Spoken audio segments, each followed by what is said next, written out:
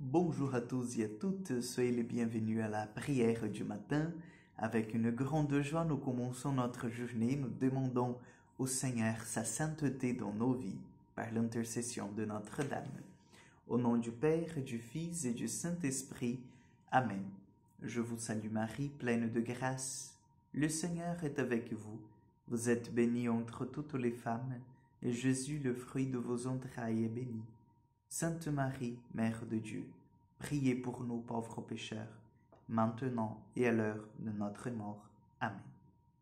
Notre-Dame de la Salette, priez pour nous. Nous allons aujourd'hui, chers frères et sœurs, prendre l'évangile de Saint Luc, chapitre 9, versets 22 au 25. En ce temps-là, Jésus disait à ses disciples, « Il faut que le Fils de l'homme souffre beaucoup, qu'il soit rejeté par les anciens, les grands prêtres et les scribes, qu'il soit tué et que le troisième jour il ressuscite. » Il leur disait à tous, « Celui qui veut marcher à ma suite, qu'il renonce à lui-même, qu'il prenne sa croix chaque jour et qu'il me suive. Car celui qui veut sauver sa vie la perdra, mais celui qui perdra sa vie à cause de moi la sauvera. Quel avantage un homme aurait-il à gagner le monde entier s'il se perd ou se ruine lui-même? Acclamons la parole de Dieu. Chers frères et sœurs, aujourd'hui le Seigneur nous montre le chemin du salut, de la sainteté. C'est de perdre notre vie. Et on s'est dit, oh là là, mais c'est quand même dur. Je suis disposé à donner quelques heures au Seigneur pour venir à la messe le week-end. Je suis disposé à prendre quelques minutes tous les jours pour faire une petite prière avant de m'endormir ou quand je me lève.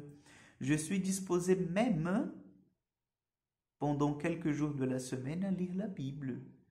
Mais donner la vie, la perdre comme ça, oh, c'est trop pour moi. Mais nous devons, chers frères et sœurs, savoir que celui qui a donné la vie en premier, c'est Jésus lui-même. Comme nous avons bien entendu dans cet évangile, il faut que le Fils de l'homme, c'est-à-dire Jésus, souffre beaucoup, qu'il soit rejeté par les anciens, les grands prêtres, les scribes, qu'il soit tué. Qu'il soit tué. Et que le troisième jour, il ressuscite. Bien sûr, nous savons bien que donner notre vie, ça ne veut pas dire en fait que maintenant on va prendre un couteau et on va...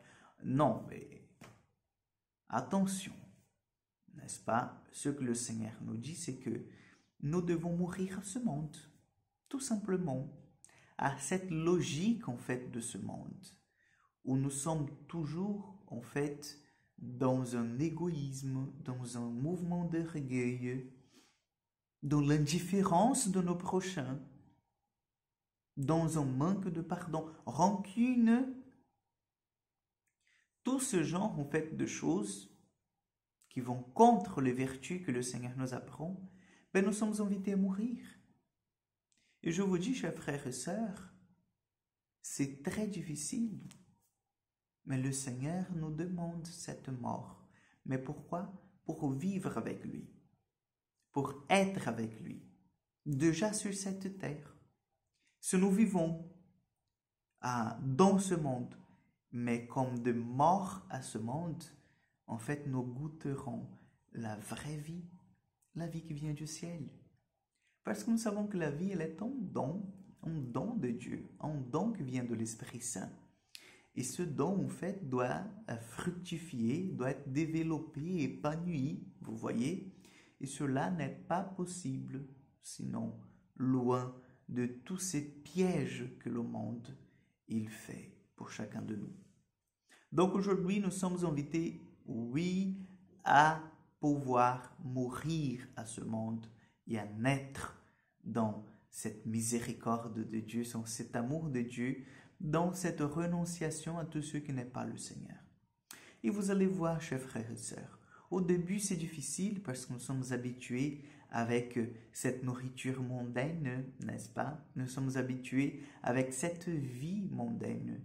Mais après, petit à petit, renoncement après renoncement, nous allons comprendre que la vie avec le Seigneur, cette vie de mort qui est proposée pour une vraie vie, elle est 10 fois, infiniment plus grande que la vie mondaine.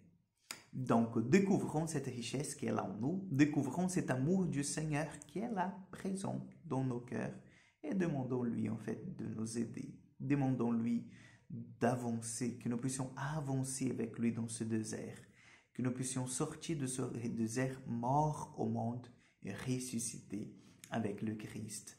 Amen. Le Seigneur soit avec vous, que Dieu Tout-Puissant vous bénisse et vous garde, le Père, le Fils et le Saint-Esprit. Amen. Bonne journée, que Dieu vous accompagne et à demain pour encore un moment de prière.